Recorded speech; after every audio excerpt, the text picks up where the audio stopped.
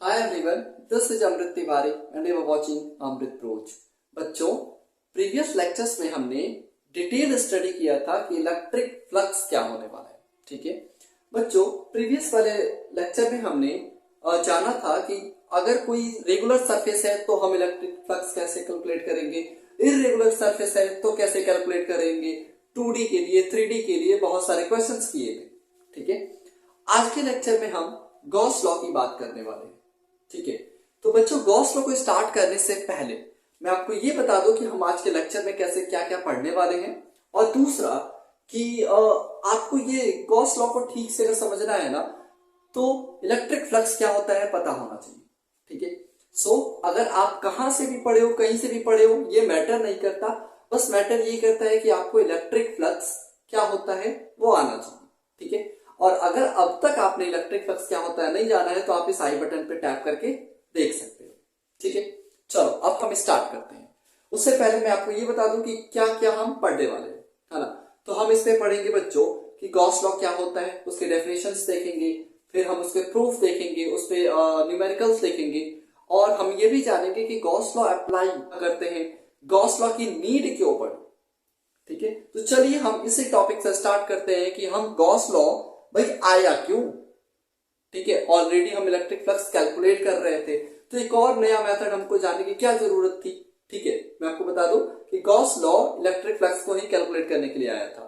तो हम ऑलरेडी जब जान रहे थे कि इलेक्ट्रिक फ्लक्स कैसे कैलकुलेट होगा तो हमें कोई एक और नया मेथड की जरूरत क्यों पड़ी। ठीक है, तो ये सब चीजें हैं, चलो स्टार्ट करते हैं। देखो बच्चों, मान लो है ना कि आज का टॉपिक स्टार्ट करने से पहले मैं रिलेट करता हूँ, एक क्वेश्चन से स्टार्ट करते हैं, है ना। देखो मान लो कि ये आपके पास एक चार्ज है क्यू। ठीक है, अब अगर बच्चों ये चार्ज है तो इसके आसपास से ऐसे मैग्नेटिक फील्ड लाइंस भी होंगी। ठीक है, मतलब इलेक्ट्रिक फील्ड रीजन ओरिजिनेट हो रहा होगा। माफ करना, मैंने बोला मैग्नेटिक, मैग्नेटिक की बात नहीं करेंगे हम, इलेक्ट्रिक फील्ड की। ठीक है, तो अगर गलती से निकल जाए तो माफ करना। तो ये एक इलेक्ट्रिक फील्ड लाइंस है। ठीक है, ये चार्जेस है तो अपने आसपास क्या करेगा, एक इलेक्ट्रिक फील्ड बनाएगा। अब जरा ध्यान दो कि अगर मैं बच्चों इस चार्ज को एक क्लोज सरफेस से, है ना, ऐसे क्या करूं, कवर कर दूं, ऐसे एक क्लोज सरफेस से। तो जरा ध्यान दो, ये क्लोज सरफेस किसी भी शेप एंड साइज का हो सकता है, कुछ भी हो सकता है ना। ठीक है, तो अगर मैं इसको, इस चार्ज को एक क्लोज सरफेस ऐसे क्या करूं, इनक्लोज कर दूं, तो जरा ध्यान देना, ये हमारी क्या थी, इलेक्ट्रिक फील्ड। ठीक है, ये हमारी क्या है, इलेक्ट्रिक फील्ड। और बच्चों अगर मैं यहाँ पे एक छोटा सा एरिया वेक्टर ले लूं, ठीक है ना, छोटा सा एरिया ले लूं। ठीक, चलो ये हमने ले लिया एक छोटा सा एरिया जिसका हम नाम रख देते हैं डीएस वेक्टर। ठीक है, तो इस डीएस वेक्टर की डायरेक्शन भी होगी, हम पढ़ करके आ रहे हैं ऑलरेडी। तो जरा ध्यान दो कि हम मान लेते कि इसकी डायरेक्शन कुछ ऐसे है, परपेंडिकुलर टू दिस सरफेस है। ठीक है, हमेशा वो क्या होता है, परपेंडिकुलर होता है। तो ये सरफेस है और ये रहा आपका डीएस वेक्टर। ठीक है, डायरेक्शन के लिए हम इसको एन कैप से रिप्रेजेंट कर देते हैं। ठीक है, अब जरा ध्यान दो, ये इलेक्ट्रिक फील्ड और ये इन दोनों के बीच में कितना है, एक एंगल बनेगा थीटा का। ये सब ऑलरेडी हम पढ़ चुके हैं। तो बच्चों अगर मुझे इस छोटे से एरिया वेक्टर के थ्रू इलेक्ट्रिक फ्लक्स को कैलकुलेट करना हो तो हम क्या करेंगे। तो ऑलरेडी हम जानते हैं क्या करने वाले हैं कि हमको पता है कि जो फ्लक्स होता है, इलेक्ट्रिक फ्लक्स, उसके लिए एक फॉर्मूला हम पढ़ करके आ रहे हैं जो होता है close integration of E dot DS vector. यही होता है ना, इसी को हम एक और फॉर्म में लिख सकते हैं ऐसे, close integration of E DS cos theta. हमने प्रीवियस लेक्चर में यह भी जाना था बच्चों कि हम कॉस थीटा ही क्यों लेते हैं, साइन थीटा वगैरह क्यों नहीं ले सकते। ठीक है, खैर तो ये हम फॉर्मूला पढ़ करके आ रहे हैं, है ना। अब चलो देखो, इससे अगर हम कैलकुलेट करने चले तो देखिए कि ये एक इररेगुलर फिगर है। ठीक है, तो इसके लिए हमको क्या करना पड़ेगा, इस वाले जो एरिया है इसके लिए हमको कैलकुलेट करना पड़ेगा। तो हम यहाँ पे भी लगाएंगे E D S cos theta. ठीक है, तो आपको इस एरिया से इलेक्ट्रिक फ्लक्स मिल जाएगा। फिर इसी तरह से हम इसके लिए एक बनाएंगे, फिर ऐसे छोटा छोटा हम एरिया वेक्टर मानते रहेंगे और फिर सबको निकालेंगे। तो आपकी जो वैल्यू आएगी वो कुछ आएगी 5 1 प्लस 5 2 प्लस 5 3। ठीक है, प्लस डॉट डॉट डॉट तो ये टोटल जब हम सम करेंगे तो जाकर के क्या आएगा, आपका टोटल फ्लक्स मिलने वाला है, ठीक है ना, टोटल इलेक्ट्रिकल फ्लक्स मिलने वाला है, जो कि एक कॉम्प्लिकेटेड काम है। अब जब इस तरह के अगर हम क्वेश्चंस को डील कर रहे थे तो एक बहुत ही ग्रेट मैथमेटिशियन आते हैं जिनका नाम रहता है कार्ल फ्रेडरिक गॉस, ठीक है। अब ये जरा ध्यान दो, ये एक फिजिसिस्ट नहीं थे, एक बड़े शानदार मैथमेटिशियन थे, कभी कभी इनको तो प्रिंस ऑफ मैथमेटिक्स भी बोला जाता था। ये आते हैं और ये देखते हैं और कहते हैं कि भाई तुम्हें इलेक्ट्रिक फ्लक्स ही तो कैलकुलेट करना है ना, तो ये सब क्या कर रहे हो, क्या कर रहे हो भाई, देखो आप ये ईडीएस कॉस थीटा छोटे छोटे के लिए सबके लिए निकालोगे, फिर सब जोड़ोगे, एक बड़ा लेंथी प्रोसेस है। फिर ये एक शानदार सा और बहुत ही छोटा सा फॉर्मूला देकर के जाते हैं जिससे हमारे लिए जो कैलकुलेशन है ना बहुत आसान हो जाता है, ठीक है। चलो मैं बताता हूं, ये कहते हैं कि देखो जो आपका इलेक्ट्रिक फ्लक्स है ना, वो इक्वल होने वाला है 1/ε0 टाइम्स, ध्यान से समझना, जो इलेक्ट्रिक फ्लक्स है वो इक्वल होने वाला है 1/ε0 टाइम्स ऑफ ये जो चार्ज था है ना, ये जो इस सरफेस के अंदर इनक्लोज्ड चार्ज था उसके, ठीक है ना, तो हम लिख सकते हैं क्यू इनक्लोज्ड। अब जरा ध्यान दो, इसी इक्वेशन को हम कहते हैं गॉस लॉ। फिर से मैं समझा दूं आपको, देखो इतना सारा हम ये कैलकुलेशन कर रहे थे सिर्फ किसके लिए, इलेक्ट्रिक फ्लक्स निकालने के लिए। तब तक एंट्री होती है गॉस की, ठीक है ना, जिनका पूरा नाम है चार्ल्स फ्रेडरिक गॉस, ठीक है, आपको पूरा नाम याद रखने की जरूरत भी नहीं है, कोई पूछता भी नहीं है। ये कहते हैं कि अगर आपको electric flux with in a surface, ठीक है ना, एक क्लोज सरफेस के अंदर कोई चार्ज है, ठीक है ना, एक क्लोज सरफेस का मतलब क्या हुआ, जैसे मान लो कि एक बल्ब हमने जलाया, ठीक है, और अगर हम उसको किसी ऐसे सरफेस से क्लोज कर दे जिससे उसकी रोशनी बाहर नहीं जा रही है, ठीक है, उसकी लाइट रेंज है वो बाहर नहीं जा रही है, तो हम उस सरफेस को बोलते हैं क्लोज सरफेस, ठीक है। तो ये कहते हैं कि अगर कोई चार्ज है जो एक क्लोज सरफेस के अंदर है और उस चार्ज से आपको इलेक्ट्रिक फ्लक्स कैलकुलेट करना है, तो आपको ज्यादा कुछ नहीं करना होगा, सीधा 1/ε0 टाइम्स करना होगा किसके, क्यू इनक्लोज्ड के। भाई क्यू जो है वो तो पता है ना आपको, दैट्स इट, ठीक है। तो चलो फटाफट हम इसकी डेफिनेशन लिखते हैं और फिर थोड़ी सी हम बात करते हैं इसकी, ठीक है। इरेज करता हूं मैं,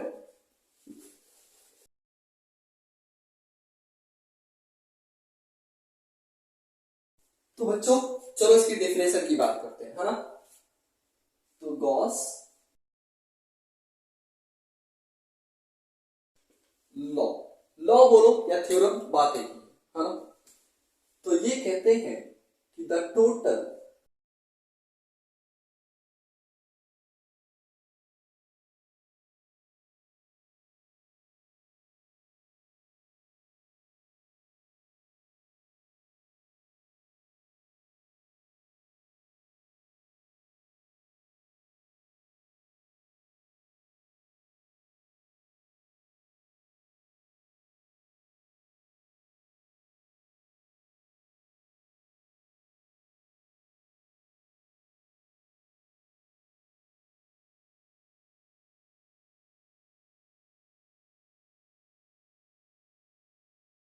देखो ये रहा बच्चों गॉस लॉ का डेफिनेशन।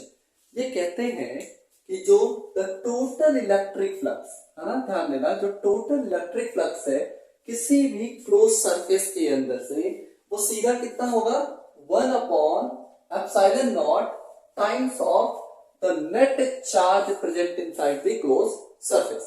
कहने का मतलब क्या है इनका, देखो अगर मान लो ये एक चार्ज है ना क्यू, और ये आपने एक सरफेस मान लिया है क्लोज सरफेस, ठीक है, तो जो टोटल इलेक्ट्रिक फ्लक्स होगा ना, टोटल इलेक्ट्रिक फ्लक्स होगा वो 1/ε0 टाइम्स होगा क्यू इनक्लोज्ड की, ठीक है। इतनी सी बात है। अब देखो ये सिर्फ एक चार्जेस के लिए नहीं है, अगर बहुत सारे चार्जेस ऐसे हैं ना, बहुत सारे, तो ये सबके लिए वैलिड है, ठीक है। बस आपको काउंट कर लो, देखो ये सबके लिए, मान लो मैग्नेटिट्यूड 2q है, तो 1 2 3 4 5 6 7, तो हम यहाँ पे क्या लिख देंगे 7q, ठीक है, और फिर कैलकुलेट कर लेंगे, दैट्स इट। तो ये इन्होंने एक थ्योरम दिया, ठीक है, जो कि ये है। तो ये कहते हैं कि जो फाई होगा ना आपका, फाई वो इक्वल हो जाएगा Q enclosed upon epsilon not के। ठीक है, ये बच्चों ये वाली जो लाइन थी ये गॉस लॉ है।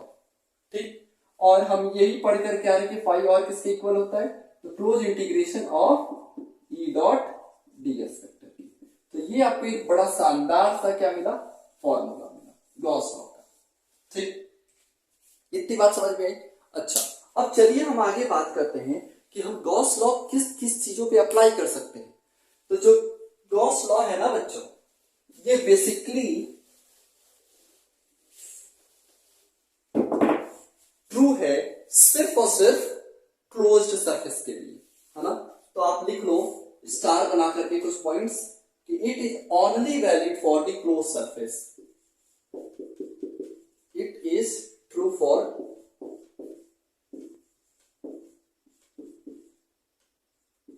Closed surface. ठीक है, अच्छा, और जरा ध्यान दो कि ये सिर्फ क्लोज सरफेस के लिए वैलिड है। दूसरा कि अगर कोई भी एक चार्ज है ना, देखो जैसे मान लो ये आपका इनक्लोज चार्ज था और ये हमारा गॉसियन सरफेस था, ये एक सरफेस था। ठीक है, तो अगर कोई बाहर चार्ज है ना, जैसे ये मान लो कि आप मान लेते हैं कि बाहर कोई चार्ज है प्लस क्यू। ठीक है, तो ये वाला बाहर वाला जो चार्ज है ना वो इसको इन्फ्लुएंस नहीं करेगा, मतलब इसकी जो इलेक्ट्रिक फ्लक्स है वो इससे बाहर वाले चार्ज से कोई वैल्यू कोई मतलब ही नहीं है। ठीक है, ऐसा नहीं है ना बच्चों, देखो ऐसा नहीं है कि ये बाहर वाला जो चार्ज था आपका प्लस क्यू, है ना, प्लस कैपिटल क्यू लिए थे ना, ये प्लस क्यू ये फ्लक्स नहीं बनाएगा, लेकिन फिर भी इससे कोई इसकी वैल्यू पे कोई इफेक्ट नहीं पड़ेगा। कैसे, चलो जानते हैं। देखो ये एक चार्ज है, तो जैसे रेडियली आउटवर्ड ये भी इलेक्ट्रिक फ्लक्स बना रहा होगा, और जाहिर सी बात है इससे भी क्रॉस हो रहा होगा ऐसे, लेकिन ये क्रॉस हो रहा है ना, तो फिर देखो इधर से निकल भी जाएगा। तो यहां से अगर हम मान लें कि ये एक इलेक्ट्रिक फील्ड लाइन आई प्लस में, तो इधर से जो आएगी वो माइनस हो गई ना, तो टोटल नेट कितना बचा, 0। तो इससे कुछ खास फर्क नहीं पड़ने वाला है। तो जो इलेक्ट्रिक फ्लक्स आएगा वो सिर्फ और सिर्फ विद इन द जो चार्जेस होंगे ना, क्लोज सरफेस के अंदर के जो चार्जेस होंगे उससे इफेक्ट होंगे। ठीक है, सो क्या होगा, it is only valid for the charges inside the surface. ठीक है, चार्जेस इनसाइड द सरफेस। ठीक है, अच्छा ये बात समझ में आ गया। चलो अब हम आगे बढ़ते हैं बच्चों, और थोड़ी सी हम इस सरफेस की बात करते हैं। ठीक है, जो हम ये सरफेस मान रहे हैं, क्योंकि हमारे ये पहला ही पॉइंट कह रहा है कि it is only valid for closed surface. अब जरा ध्यान दो कि ये जो सरफेस होता है, उससे पहले मैं इसको इरेज करूं थोड़ा सा। ठीक है,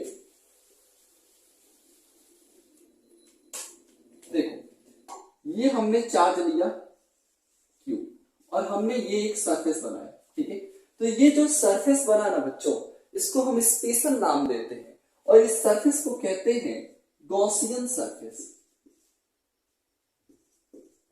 गॉसियन सरफेस। ठीक है, ऐसा कुछ खास बात नहीं है गॉसियन सरफेस का, सिंपल सी बात है कि अगर एक सरफेस हमने कंसीडर किया हुआ है और जिसमें हम गॉस लॉ अप्लाई कर रहे हैं, इसलिए इस सरफेस का नाम हम दे देते हैं गॉसियन सरफेस। लेकिन इस गॉसियन सरफेस को मानने के लिए ना, मतलब बनाने से पहले आपको कुछ पॉइंट्स को माइंड में रखना होगा। ठीक है, ये कभी नहीं पूछता कि गॉसियन सरफेस क्या है। ठीक है, लेकिन हाँ ये जरूर पूछेगा कि व्हाट इज गॉस लॉ, पूछा हुआ है बोर्ड्स में, आप उठा करके देख लो। What is Gauss law, proof भी कई बार पूछा हुआ है कि गॉस लॉ के प्रूफ भी बताओ। प्रूफ की हम बात करेंगे अभी, फिलहाल थोड़ा सा सरफेसेस की बात कर ले, है ना। तो गॉसियन सरफेस क्या होता है, तो गॉसियन सरफेस बेसिकली बच्चा, आपके पास कोई एक चार्ज है, उसके आसपास जो भी आप सरफेस बनाते हो ना, एक क्लोज सरफेस, उसी सरफेस को हम बोलते हैं गॉसियन सरफेस, और कुछ भी जानने की बात नहीं है। ये प्योरली क्या होता है, इमेजिनरी होता है। तो थोड़ी सी हम बात करते हैं रूल्स पे, है ना, कि जब भी आप गॉसियन सरफेस को बनाओगे तो कुछ पॉइंट्स आपके माइंड में होनी चाहिए, दैट्स इट। ठीक, तो फटाफट रूल्स की भी बात कर लीजिए गॉसियन सरफेस से रिलेटेड। इसको थोड़ा मैं इधर करूं, चलो देखो। तो rules for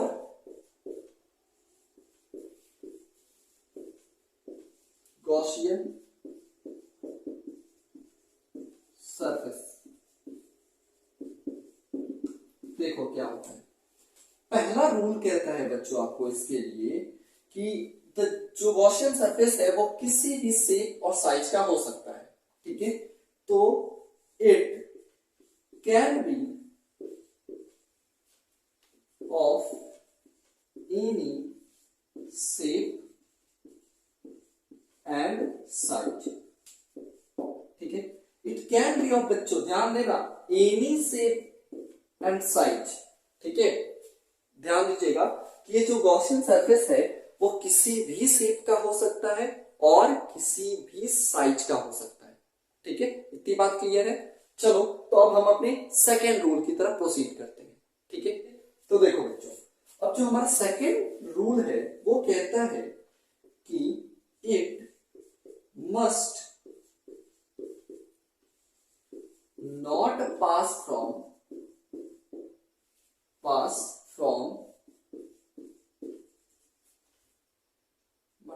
must not pass over the charge, ठीक है, over the charge। अब इसका क्या मतलब हुआ? चार्ज, ठीक है। इसका क्या मतलब हुआ बच्चों? तो हम आगे लिख सकते हैं दैट इज, जो चार्जेस है ना, जैसे मान लो कि ये एक हमारा चार्ज था, ये एक हमारा चार्ज था, अब हम एक गॉसियन सरफेस बना रहे हैं, ठीक है। दोनों की मैग्नीट्यूड हम Q ले लेते हैं, Q1 ले लेते हैं और Q2 ले लेते हैं, ठीक है। अब देखो गॉसियन सरफेस बना रहे हैं, तो गॉसियन सरफेस हम कुछ ऐसे नहीं बना सकते, मतलब कि जो ये गॉसियन सरफेस है ना वो इस चार्ज के ऊपर से होकर के नहीं जाना चाहिए। That is the charges must be outside और इनसाइड द सरफेस, ठीक है। तो जो हमारा गॉसियन सरफेस बनेगा वो इस केस में कुछ ऐसा बनेगा। देखो ये हमारा एक चार्ज था, दूसरा वाला Q1, ठीक है। तो हम कुछ ऐसा गॉसियन सरफेस बना सकते हैं या फिर हम कुछ ऐसा गॉसियन सरफेस बना सकते हैं। बात क्लियर है? ठीक। अगला पॉइंट की बात करते हैं बच्चों, ठीक है। ये हमारे 2 पॉइंट हो गए। थर्ड पॉइंट मैं यहां लिख लेता हूं, it must be a closed surface,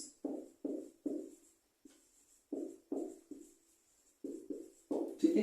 जो हमारा गॉसियन सरफेस होगा वो एक ओपन सरफेस नहीं होगा, क्लोज सरफेस होगा, ठीक है। थोड़ा ठीक, क्लोज सरफेस होगा। और आखिरी पॉइंट है बच्चों, फॉर आवर इजियर कैलकुलेशन, ये क्या मैं लिख रहा हूं, आवर इजियर कैलकुलेशन, देखो हम बच्चों अपने कैलकुलेशन के लिए ना, ताकि हमारी जो कैलकुलेशन है वो इजी वे में हो जाए, हम क्या करते हैं कि जो गॉसियन सरफेस होता है ना उसको एक सिमेट्रिक मानते हैं। The Gaussian surface must be symmetric, ठीक है। The Gaussian surface must be symmetric. अब जरा ध्यान दीजिएगा, 3 बातें आपको क्लियर है। चौथा पॉइंट कह रहा है, जरा ध्यान देना यहाँ पे, पहला पॉइंट कह रहा है कि it can be of any shape and size, लेकिन फोर्थ पॉइंट कह रहा है कि for our easier calculation the Gaussian surface must be symmetric, ठीक है, सिमेट्रिक होना चाहिए। अब जरा ध्यान दो, ये अजीब नहीं लग रहा? ठीक है, यहाँ पे कह रहे हो भाई कि किसी भी शेप और साइज का हो सकता है, यहाँ पे कह रहे हो कि सिमेट्रिक होना चाहिए। देखो कुछ अजीब बात नहीं है। जैसे मान लो कि अगर आपको इसी के थ्रू ना एक फ्लक्स कैलकुलेट करना है, ठीक है, मान लेते हैं कि फ्लक्स आपको क्या करना है, कैलकुलेट करना है, तो जरा ये फॉर्मूला देखो, close integration of E dot DS, ठीक है। तो जो ये डीएस ले रहे हो तुम, ये डीएस वाला जो एलिमेंट लिए, इसको जब इंटीग्रेट करोगे ना बच्चा, जब इसको इंटीग्रेट करोगे और तुम एक असिमेट्रिक सरफेस लिए हो, है ना, कुछ समझ लो कि ये एक तुम्हारा चार्ज है क्यू और तुमने कुछ ऐसा सरफेस ले लिया, तो जब अगर मान लो कि ये एक डीएस एलिमेंट लिया था तुमने और इसको इंटीग्रेट करोगे ना, तो इसका इंटीग्रेशन कहीं ना कहीं क्या होगा, बहुत टफ हो जाएगा। लेकिन अगर आपने एक सर्कुलर लिया हुआ है, सपोज है कि ये एक हमारा एक चार्ज था और एक आपने एक सर्कुलर क्या लिया हुआ है, सर्कुलर मतलब सिमेट्रिक है ना, तो सर्कुलर सरफेस लिया हुआ है और यहाँ पे आपने एक छोटा सा एलिमेंट ले लिया डीएस, तो डीएस को जब इसको आप क्या करोगे, इंटीग्रेट करोगे, तो आपको बताओ इसका एरिया पता नहीं है आपको? ऑफ कोर्स पता है, तो क्या हो जाएगा इसका पाई आर स्क्वायर। बात खत्म, हमारी कैलकुलेशन यही समाप्त हो जाएगी। लेकिन इसके लिए आपको क्या होगा, थोड़ी सी मशक्कत करनी पड़ेगी, ठीक है। इसीलिए हम क्या करते हैं, एक सिमेट्रिक सरफेस कंसीडर करते हैं, ठीक। अच्छा, लास्ट पॉइंट है बच्चों इसका, फिफ्थ पॉइंट मैं यहां लिख दे रहा हूं कि इट इज प्योरली इमेजिनरी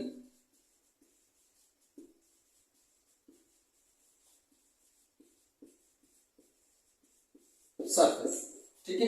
देखो, ये जो आपका गॉसियन सरफेस आपने जो भी कंसीडर किया है वो एक प्योरली इमेजिनरी कॉन्सेप्ट है and nothing, just like as electric field lines का, ठीक है।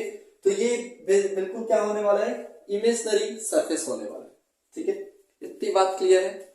चलो, तो अगर आप आगे से कोई भी अब गॉसियन सरफेस बनाएंगे तो आप एक चीज का बस ध्यान रखिएगा कि वो एक सिमेट्रिक ले लें आप, ठीक है। किसी भी शेप और साइज का ले सकते हैं, कोई फर्क नहीं पड़ता। और ये भी आपको पता होना चाहिए कि ये एक इमेजिनरी सरफेस है। कई बार एक नंबर में क्वेश्चन पूछ लिया जाता है, ठीक है। सो आपने अब तक क्या जाना बच्चों कि व्हाट इज गॉस लॉ, फिर आपने जाना कि गॉस लॉ किस किस चीज के लिए वैलिड है, तो ये क्लोज सरफेस के लिए वैलिड है और साथ में जो चार्जेस होंगे बच्चों वो विद इन द सरफेस होना चाहिए, ठीक है। अच्छा, फिर आपने पढ़ा रूल्स किसके लिए बच्चा, ये जो रूल था वो गॉसियन सरफेस आप कैसा कंसीडर करेंगे इसके लिए था, ठीक है। तो ये 5 रूल्स थे। इतनी बात क्लियर है, तो हम आगे बढ़े और आगे बढ़ने में हमको क्या देखना है, इसका प्रूफ, ठीक है। तो फटाफट आप इसका स्क्रीनशॉट ले लो, उसके बाद मैं इसको क्या करता हूं, इरेज करता हूं। ले लिया, ठीक है। चलिए इरेज किया जाए।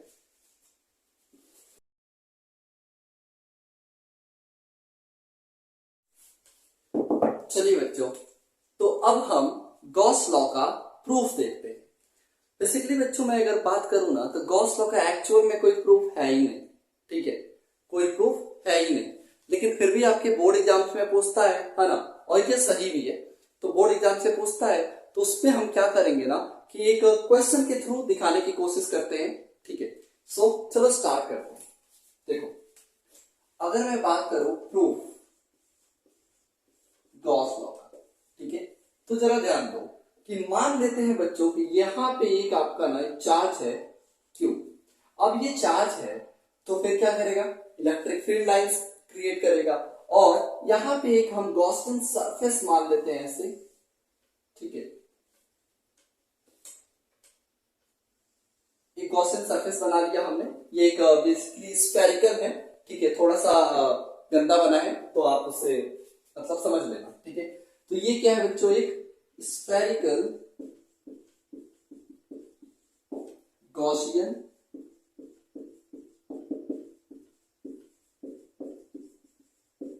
सरफेस है, ठीक है। अच्छा, अब जरा ध्यान दो कि ये एक चार्ज है बच्चों, तो ये क्या करेगा, रेडियली आउटवर्ड, है ना, इलेक्ट्रिक फील्ड लाइंस बनाएगा, ठीक है। ऐसे बनाएगा ना। अच्छा, ठीक है, जरा ध्यान दो। अब ये radially outward electric field line बना रहा है, ठीक है। तो चलो अब जरा देखो कि ये हम मान लेते हैं कि ये हमारा क्या है, इलेक्ट्रिक फील्ड है, ठीक है, इलेक्ट्रिक फील्ड। तो इसकी मैग्नीट्यूड अगर हम कैलकुलेट करने की कोशिश करें तो क्या होगा कि जो मैग्नीट्यूड होगा ना, एक सेकेंड देखो, ये हमारा डिस्टेंस है r, रेडियस r है, ये भी r है, ये भी r है और ये भी r है। तो जो इलेक्ट्रिक फील्ड होगी इस किसी भी पॉइंट पे इस सरफेस के, वो हर जगह एक ही रहने वाली है, ठीक है।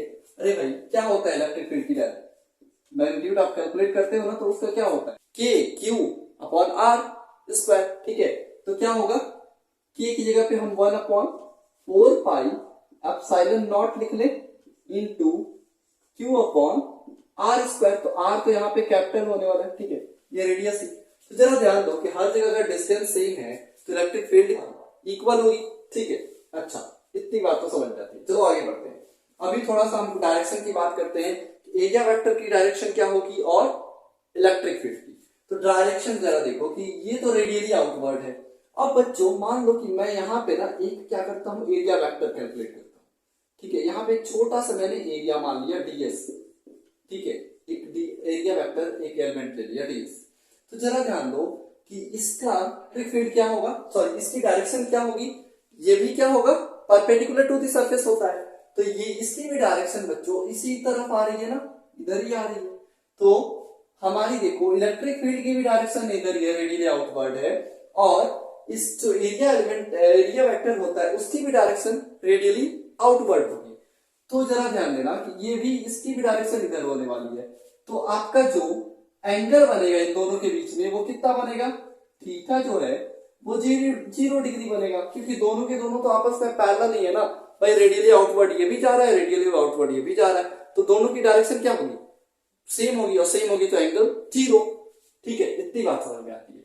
तो जरा ध्यान दो, अगर अब हम इलेक्ट्रिक फील्ड इस छोटे से एलिमेंट के थ्रू कैलकुलेट करना चाहें तो क्या आएगा, तो समझना कि आपको क्या कैलकुलेट करना है, इलेक्ट्रिक फील्ड सॉरी फ्लक्स, तो आपको डी फाई कैलकुलेट करना है। डी फाई मैं क्यों बोल रहा हूं, क्योंकि छोटा सा एलिमेंट है ds, तो इसके थ्रू जो इलेक्ट्रिक फ्लक्स आएगा वो भी तो छोटा सा ही आएगा, तो डी फाई जो होगा बच्चों वो क्या होगा, क्लोज इंटीग्रेशन क्या होगा, E dot ds cos theta. ठीक है, अब जरा ध्यान दीजिए cos थीटा, तो cos थीटा 0 cos 0 की वैल्यू कितनी होती है, 1 होती है, तो ये तो गायब हो गया। अच्छा, तो E डॉट ds आ रहा है बच्चों।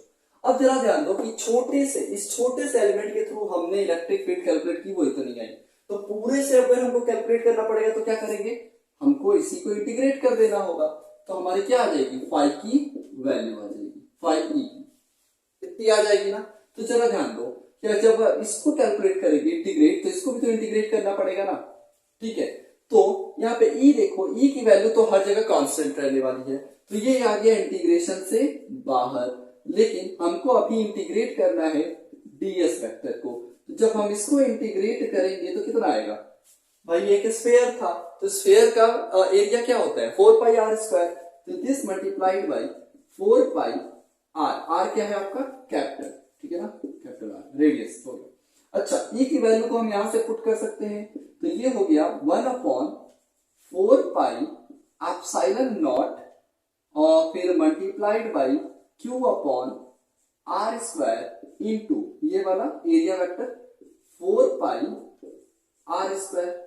जरा ध्यान दो, पाई 4 पाई से 4 पाई कैंसिल और आर स्क्वायर से आर स्क्वायर कैंसिल, तो बचा क्या बच्चों, क्यू बच गया अपॉन एप्सिलॉन नॉट, और यही तो आपको गॉस लॉ भी तो कहता है, जरा ध्यान दीजिए, क्या यही वैल्यू आई क्या। ठीक है, सो यहां से गॉस लॉ क्या हुआ, प्रूव हो गया, देखो कितनी आसानी से।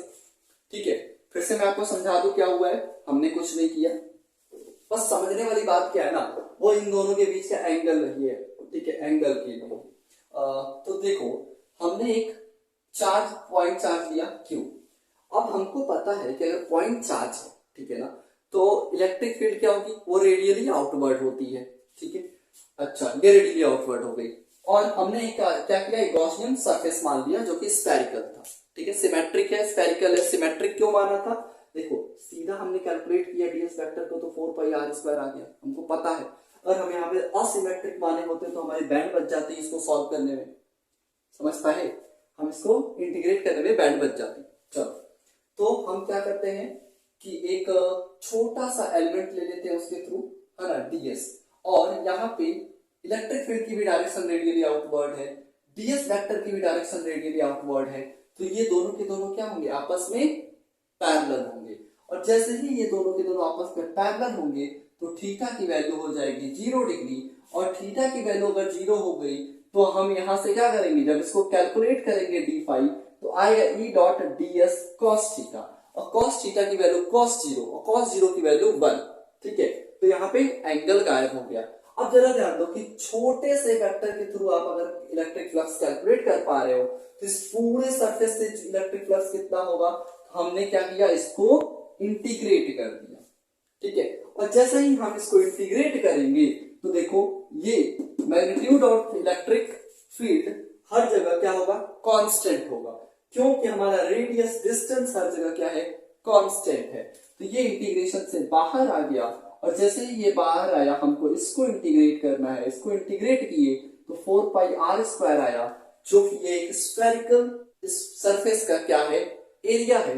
और ये बाहर आया, फिर मैंने इसकी वैल्यू को उठाकर यहाँ से पुट किया और फिर कुछ काटे उठे, फिर आंसर हमारा आ गया। That's it. तो इस तरह से क्या हुआ, हमारा गॉस लॉ प्रूव हो गया। ठीक है, इसकी जो नोट्स है वो आपको डिस्क्रिप्शन में मिल जाएंगे। ठीक है, सो बच्चों फटाफट अगर इसको कॉपी करना है तो कर लो। हम इरेज करते हैं और फिर कुछ बेहतरीन से न्यूमेरिकल्स को देखेंगे। हो गया? तो ठीक है, मैं इसको इरेज करता हूं और इसके बाद हम कुछ न्यूमेरिकल्स करेंगे। तो चलो बच्चों कुछ न्यूमेरिकल्स कर ले और अपने इस कॉन्सेप्ट को थोड़ा और क्लियर कर ले। तो देखो, चलो मान लेते हैं यहाँ पे हमको एक 5 कूलम का क्या है, चार्ज दिया है, पॉजिटिव 5 कूलम है। ठीक है, ये हमको एक चार्ज दिया है और ये हमने एक गॉसियन सरफेस बनाया। ठीक है, और एक और गॉसियन सरफेस बना लेते हैं बच्चों ऐसे। ठीक, इस वाले को हम बोल देते हैं कि Gaussian surface 1, Gaussian surface A. ठीक है, इसका नाम दे देते हैं और इस वाले का नाम दे देते हैं गॉसियन सरफेस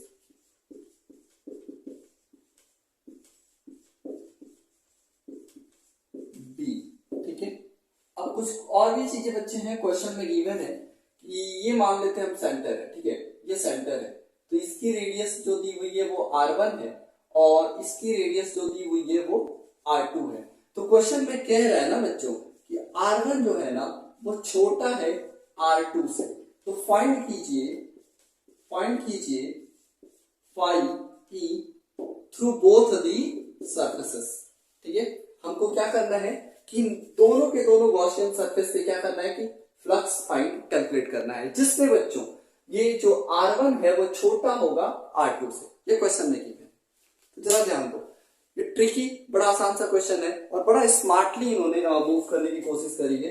देखो, हम क्या जानते हैं बच्चों कि जो हमारा फाई होता है, फाई ई, वो इक्वल होता है Q enclosed upon epsilon naught. ठीक है, यही होता है ना। तो जरा ध्यान दो कि अगर मैं यहाँ पे phi E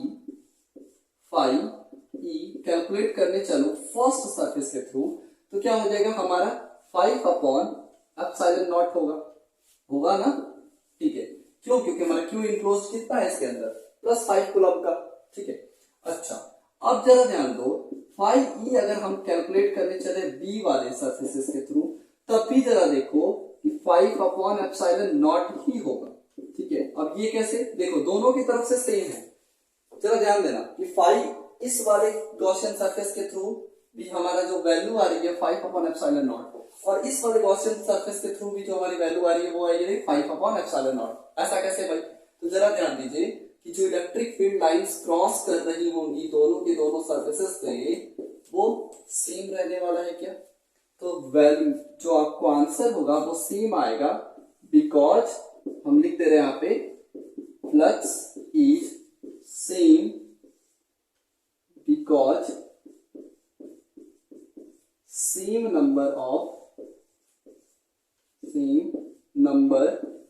of field lines crossing with the surface। ठीक है, समझ में आया? समझ में आया? चलो ध्यान दो, फटाफट मैं फिर से बता दूं कि दोनों के दोनों सरफेसेस के थ्रू हमको क्या करना था, फाई कैलकुलेट करना था। हमको पता है क्यू इनक्लोज्ड कितना है, +5 कूलम है। ठीक है, तो हमने यहां से कैलकुलेट कर दिया। दोनों की वैल्यू सेम रहने वाली है, क्यों? क्योंकि दोनों की सरफेसेस से क्या होंगे, same number of electric field lines pass होंगी। That's it. ठीक है, चलिए आगे प्रोसीड करते हैं बच्चों आपने सेकेंड क्वेश्चन की तरफ। सुनो, अब अगला क्वेश्चन जो कह रहा है ना बच्चों, वो बड़ा ही इंपॉर्टेंट और अच्छा क्वेश्चन देखिए। क्वेश्चन में कह रहा है, क्वेश्चन जो है वो कह रहा है कि कैलकुलेट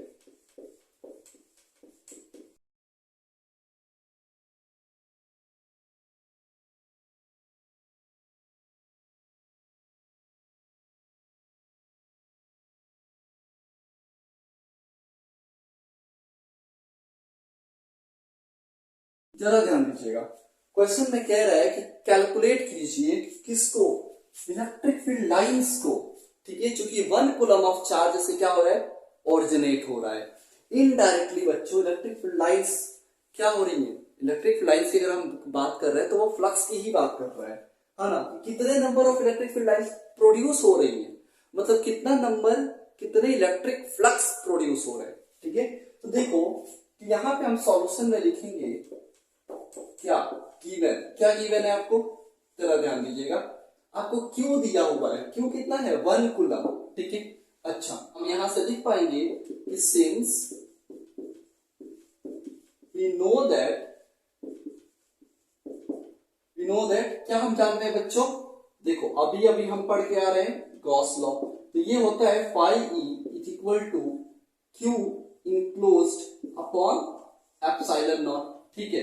तो जरा ध्यान देना, फाई ई तो हमको कैलकुलेट करना है और यहाँ पे 1 अपॉन हो जाएगा एप्सिलॉन नॉट की वैल्यू आपको पता है 8.854 इंटू 10⁻12, 8.854 इंटू 10⁻12। तो जरा अगर हम इसको कैलकुलेट करें तो कितना आंसर आएगा, 1.129 इंटू 10⁻11, ठीक है। तो इतना जो है आपको कितना होंगी, इतनी जो इलेक्ट्रिक फील्ड लाइंस बच्चा प्रोड्यूस होगी, ठीक है, इतनी, ठीक है। देखो आसानी से ये क्वेश्चन सॉल्व हो गया, ठीक। चलो अब हम अपने एक और टॉपिक की तरफ प्रोसीड करते हैं। पहले एक और कुछ क्वेश्चंस कर ले, है ना। एक और क्वेश्चन को देखते हैं। इस क्वेश्चन में कह रहा है, यहीं पे सॉल्व कर देता हूं, ठीक है, यहीं पे कर देते हैं। इस क्वेश्चन में कह रहा है कि एक क्वेश्चन है जरा कि जो Q है ना वो दिया हुआ है कि प्लस जो है वो Q पॉजिटिव है और ये दिया हुआ है 17.7 माइक्रोकूलम का हमको चार्ज दिया हुआ है, ठीक है।